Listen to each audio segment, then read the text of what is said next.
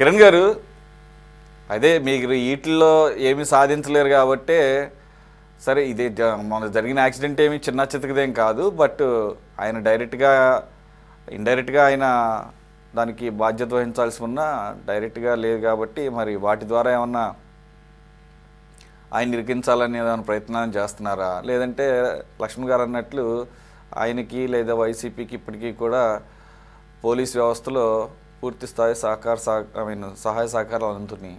దాంట్లో భాగంగానే చూసాం కదా, 18వ తారీఖు అత్యుత్సాహంతో ఎస్పీ గారు పెట్టేసి నంబర్తో సహా వెహికల్ గుద్దిందని చెప్పేసి మళ్ళీ కాదని చెప్పేసి 4 ఖర్చుకొని కొత్త వీడియో ఒకటి సర్ఫేస్ అయిన తర్వాత సరే దానికేదో ఏదో చెప్తున్నారులేండి. ఏదో వైసీపీ వాళ్ళే మేమే గుద్దేశాము, వచ్చి లొంగిపోతాం పోలీస్ స్టేషన్లో అని ఇంటెలిజెన్స్ వాళ్ళకు సెక్యూరిటీ వాళ్ళకి చెప్పారని చెప్పేసి అది వాళ్ళే ఫోన్ చేసి చెప్పారు కాబట్టి వాళ్ళే వచ్చి లొంగిపోతాం అన్నారు కాబట్టి ఈ లోపల హాస్పిటల్లో జాయిన్ చేసామని చెప్పేసి చెప్పారు కాబట్టి మరి ఎస్పీ గారు అయినా కూడా పెట్టకూడదు, ఒక కాంక్రీట్ ఇన్ఫర్మేషన్ ఉంటే తప్ప.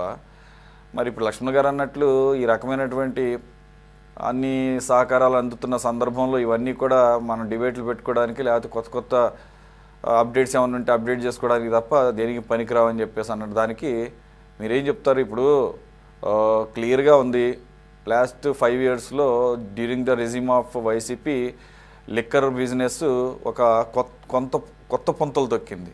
కనీవిని ఎరగని బ్రాండ్లు, కనీవిని ఎరగని రేట్లు, కనీవిని ఎరగని transactions, instead of digital complete cash transactions. దానికి తగ్గట్టుగానే ఇక్కడ లీడ్స్ దొరుకుతున్నాయి. ఎప్పుడూ లేనిది పెద్ద కంపెనీలకు డిస్టిలరీస్ని పక్కన పెట్టేసి కొత్తగా స్థాపించబడిన లేదంటే సబ్లీజులు తీసుకున్నటువంటి ఆదాన్ అవ్వచ్చు, ఎస్పీవై ఆగ్రో అవ్వచ్చు, ఇవన్నీ డిస్టిలరీ కంపెనీస్, అలాగే శ్రీలీలా అవ్వచ్చు, వీటన్నిటికీ కూడా ఓన్లీ ఈ 3టికే దాదాపుగా మొత్తం కూడా లిక్కర్ ఆర్డర్స్ అన్నీ ఇవ్వడం జరిగింది.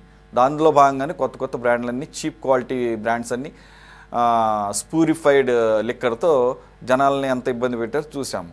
దానిలో భాగంగా వాళ్ళకు వచ్చిన బిజినెస్ ఎంత, ఒకరికి 730 కోట్లు నేను చెప్పిన మొదటిది ఆదాన్, తర్వాత ఎస్పీవైకి వచ్చేసరికి 1560 కోట్ల దాకా దాదాపుగా బిజినెస్ ఆర్డర్స్, అలాగే లీలా వచ్చేసరికి అరౌండ్ 400+ crores ఆఫ్. సో ముందు అనుకున్న దానిలో భాగంగా ఒప్పందంలో భాగంగా ఈ 3 మెయిన్గా ఈ 3 ఇంకా చాలా ఉన్నాయి. ఆ 3 ద్వారా ఇప్పుడు మన స్క్రీన్లో కనపడుతున్న ఒక ఫ్లో చార్ట్ కనుక చూసుకుంటే అది నెక్స్ట్ ఎవరికి వెళ్ళింది, ఒక 4 కంపెనీలు, అవి కూడా సూట్ కేస్ కంపెనీలు ఉండదు. అయితే దానిలో అక్కడతో ఆగలేదు, మళ్ళీ దాని తర్వాత ఇంకొక 19 సూట్ కేస్ కంపెనీలు. వీటన్నిటి అడ్రస్లు కూడా దేశవ్యాప్తంగా విస్తరించి ఉన్నాయి, మెయిన్ సిటీస్లో పూణే, ముంబై, ఢిల్లీ, నోయిడా, ఇట్లా అనమాట. అయితే ఇప్పుడు సిట్ ఇక్కడ లక్ష్మణ్ గారు ఒకటి గమనించాలి, మనం కూడా ఒకటి గమనించాలేమో. ఇక్కడ సిట్ విత్ ప్రూఫే అక్కడ చెప్పింది ఏంటి, అక్కడికి వెళ్ళి ఏదైతే బినామీ కంపెనీలు రిజిస్టర్ అయ్యారో ఆ రిజిస్టర్డ్ డాక్యుమెంట్స్లో ఉన్న అడ్రస్లకి వెళితే ఆ అడ్రస్లో కంపెనీల్లో ఆ ఓనర్స్, ఆ డైరెక్టర్స్ లేరు, కంపెనీ కూడా లేదు. బట్ ఆ కంపెనీలు ఓపెన్ చేయడం ద్వారా బ్యాంకు అకౌంట్స్ ఓపెన్ చేసి ఆ బ్యాంక్ అకౌంట్స్లోకి ఇవి మల్టిపుల్ ట్రాన్సాక్షన్స్ జరిగింది. దానిలో భాగంగా మొన్న మనం డిబేట్ పెట్టుకున్నాం దీనికి. అలాగే క్యాష్ ట్రాన్సాక్షన్స్ని, అలాగే క్యాష్ హ్యాండ్లర్స్ గాను, క్యాష్ ట్రాన్స్పోర్టర్స్ గాను ఒక 200 మంది యూత్ను కూడా ఎంప్లాయ్ చేశారు. ఇప్పుడు మళ్ళీ ఎప్పుడైతే పని అయిపోయిందో ఆపరేషన్ ఓవర్ అని చెప్పేసి వాళ్ళని మళ్ళీ go back to your places అని చెప్పేసి వాళ్ళకి తగ్గ ప్రతిఫలాలు ఇచ్చేసి కొంతమందిని అయితే పాపం బాగానే ఎంప్లాయ్ కూడా చేశారంట. పోన్లే వాళ్ళ 200 మంది కన్నా ఎంప్లాయ్మెంట్ వచ్చి ఉన్నట్టుంది. But big thing big thing ఏంటంటే ఇక్కడ బిగ్ ఫిష్ దగ్గరికి మొత్తం కూడా ముడుపులు చేరినాయి అని చెప్పేసి ఇక్కడ ఎస్టాబ్లిష్మెంట్ దాదాపుగా కనబడుతుంది. లక్ష్మణ్ గారు అన్నట్టు ఆ చివరి వరకు ఇప్పుడు 95% వరకు క్లోజ్ చేశారు కదా. చెవిరెడ్డి భాస్కర్ రెడ్డి గారిని అరెస్ట్ చేశారు, ఈరోజు చెవిరెడ్డి మోహిత్ రెడ్డి అటెండ్ అవ్వాలి, ఆయన డుమ్మా కొట్టాడు అంటున్నాడు. మరి వీళ్ళు తప్పులు చేయనప్పుడు డుమ్మాలు ఎందుకు కొడుతున్నారో, కొలంబో టికెట్లు కొనుక్కొని ఎందుకు ప్రయాణాలు పెట్టుకుంటున్నారో అర్థం కాని పరిస్థితి. సో లక్ష్మణ్ గారు అన్నట్లు నెక్స్ట్ మళ్ళీ ఏమన్నా ఈయన వస్తే ఆయన బై మిస్టేక్ అంటున్నారు, ఆయన కూడా డౌట్ఫుల్గా చెప్తున్నారు బై మిస్టేక్. ఒకవేళ వస్తే మరి మాకు కూడా అలాగే జరుగుతుంది అని చెప్పేసి చివరి వరకు తీసుకొచ్చి నాంచి అలా వదిలేస్తారా అనేది పెద్ద ప్రశ్నార్థం. సార్ మీకు ప్యానెల్ సభ్యులకు ప్రేక్షకులందరికీ కూడా గుడ్ ఈవినింగ్ అండి. ఇప్పుడు మనకి అందరికీ తెలిసిన విషయమే. జగన్మోహన్ రెడ్డి గారి నేర సామ్రాజ్యాన్ని ఏ విధంగా విస్తరించారు, ఆ, కోల్కతాలో ఏ విధంగా పెట్టారు, ఒక రూమ్లోనే 4 కంపెనీలు, షెల్ కంపెనీలు పెట్టడంలో లేదా ఆ, ఆ, డొల్ ఈ ఇదర్ కమ్మాలు ఉదర్ కమ్మాలు ఇదర్ చేయటంలో వారి అందివేసిన చెయ్యి, ఎవరు ప్రత్యేకంగా చెప్పాల్సిన పని లేదు. ఆ నేరాలన్నీ బయటకు వచ్చే సందర్భంగా ఓదార్పు యాత్ర అనే ఒక డ్రామా యాత్రను పెట్టుకొని దాని మాటున అధిష్టానం వద్దని చెప్పిన ఒక కారణాన్ని అడ్డం పెట్టుకొని ఈ కేసుల నుంచి అన్నిటిని కూడా ఒక సింపతి అనే ఒక గేమ్ ద్వారా రాజకీయ ట్విస్టింగ్ చేసి, అంటే ఈయన చేసినటువంటి నేరాల మొత్తాన్ని కూడా పక్కకు పెట్టేసి రాజశేఖర రెడ్డి గారి మరణాన్ని ముందు పెట్టి ఆ మరణానికి సంబంధించిన ఓదార్పు యాత్రను అడ్డుపెట్టుకొని కేసులన్నిటిని కూడా జనాల డిస్కషన్ ఏమైంది? జగన్మోహన్ రెడ్డి గారు డొల్ల కంపెనీలు పెట్టారు, మనీ లాండరింగ్ చేశారు, మనీ ఫ్లోటింగ్ చేశారు. ఇక్కడ ఇక్కడ లబ్ధి పొందిన తర్వాత మన సాక్షిలోకి లేదా భారతీ సిమెంట్స్లోకి, హిందూలోకి ఎలా ఫండ్స్ ట్రాన్స్ఫర్ అయినాయి, వీటన్నిటిని కూడా పక్కన పెట్టేసుకుంటూ అప్పుడు స్వయంగా అప్పుడున్నటువంటి ఇప్పుడు జగన్మోహన్ రెడ్డి గారు ఈ మొన్న మధ్యనే చెప్పారు, మా తండ్రి సమానులు నాకు అత్యంత ఆప్తులనే మన బొత్స సత్యనారాయణ గారే చెప్పారు.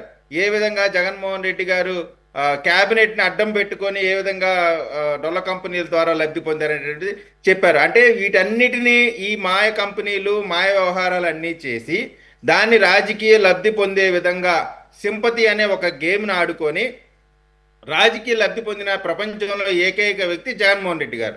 వారికి ఇవన్నీ కూడా వెన్నతో పెట్టిన విజయకిరణ్ గారు మీరు అనేది ఐ మీన్ ఏది 11 సిబిఐ 9 ఈడీ కేసులకు సంబంధించి పాత కేసుల గురించి వాటికే దిక్కు లేదు. ఇప్పుడు మీరేమి స్టేట్ లెవెల్లో మీరేం పొడుస్తారనేది లక్ష్మణ్ గారు ప్రధానమైన చెప్తున్నా. అది ఏమి అది దానికి సంబంధించి ఆ క్రమంలో 5 సంవత్సరాలు ముఖ్యమంత్రిగా ఉన్న సమయం మొత్తం కూడా నేను వాయిదాకు వస్తే కొన్ని లక్షల రూపాయలు అయిద్దని చెప్పి దాదాపు 4,000 వాయిదాలకు, అంటే కోర్టుకు సంబంధించి మనం ఏమి ఆక్షేపణలు చేయకపోయినప్పటికి కూడా నిజంగా జగన్మోహన్ రెడ్డి గారు ఈరోజు మోహిత్ రెడ్డి ఏ విధంగా అయితే విచారణకు రాలేదో అదే విధంగా కేసు ముందుకు సాగితే నాకు శిక్ష పడటం ఖాయం అనేటువంటి వాస్తవం జగన్మోహన్ రెడ్డి గారి టీంకి తెలుసు కాబట్టి ఆ వాయిదాలన్నీ కూడా నెట్టుకుంటూ వస్తూ అనేక డిశ్చార్జ్ పిటిషన్ రకరకాలుగా టైం పాస్ చేసుకుంటూ వచ్చు వెనక్కి దాన్ని.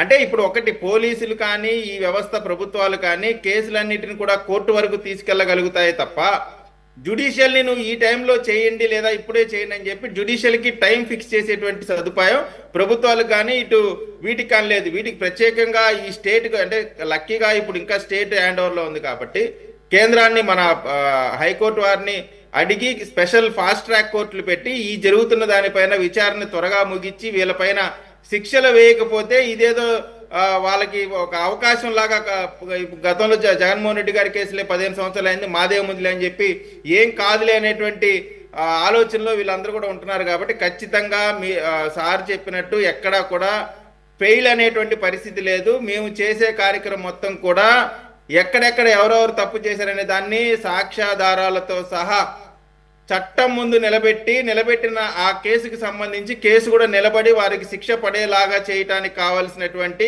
వారు చేసిన ప్రతి పాపాన్ని కూడా రికార్డు రూపంలో పెట్టి కోర్టు ముందు పెట్టే ప్రయత్నం చేస్తున్నారు ఆఫీసర్స్. అంటే ఇక్కడ ప్రత్యేకంగా ఇంకొక విషయం కూడా చెప్పాలండి. ఇప్పుడు ఈ ప్రభుత్వంలో గతంలో చేసినటువంటి అక్రమాలు అన్యాయాలకు సంబంధించి ఎంతో రిక్రూట్మెంట్ కూడా అవసరం. ప్రత్యేకమైన జైలు కట్టించాల్సిన అవసరం ఉంది, ప్రత్యేకమైనటువంటి స్టాఫ్ను రిక్రూట్ చేయాల్సిన అవసరం ఉంది, ప్రత్యేకమైనటువంటి కోర్టులు కూడా పెట్టాల్సినటువంటి అవసరం ఉంది. ఎందుకంటే ఉన్న కేసులకే చాలట్లేదు, వీరు చేసిన కేసులు లెక్కలేనన్ని కేసులు ఉన్నాయి. కాబట్టి వీరందరికీ కూడా చట్ట ప్రకారం శిక్షలు వేయాలంటే కొత్త కోర్టులు, కొత్త పోలీస్ స్టేషన్లు, కొత్త వ్యవస్థలు అన్నీ కూడా ఇవ్వాల్సినటువంటి అవసరం ఉంది. కాబట్టి ఖచ్చితంగా వీరు చేసినటువంటి ప్రతి నేరాన్ని కూడా నిరూపించి చట్టం ముందు శిక్ష వేపించే దాంట్లో ఎటువంటి వెనకడుగు వేయదు ఈ ప్రభుత్వం. కారణం ఏంటంటే ఇదేదో కేవలం డబ్బు మనీ లాండరింగ్ ఒక్కటే కాదండి.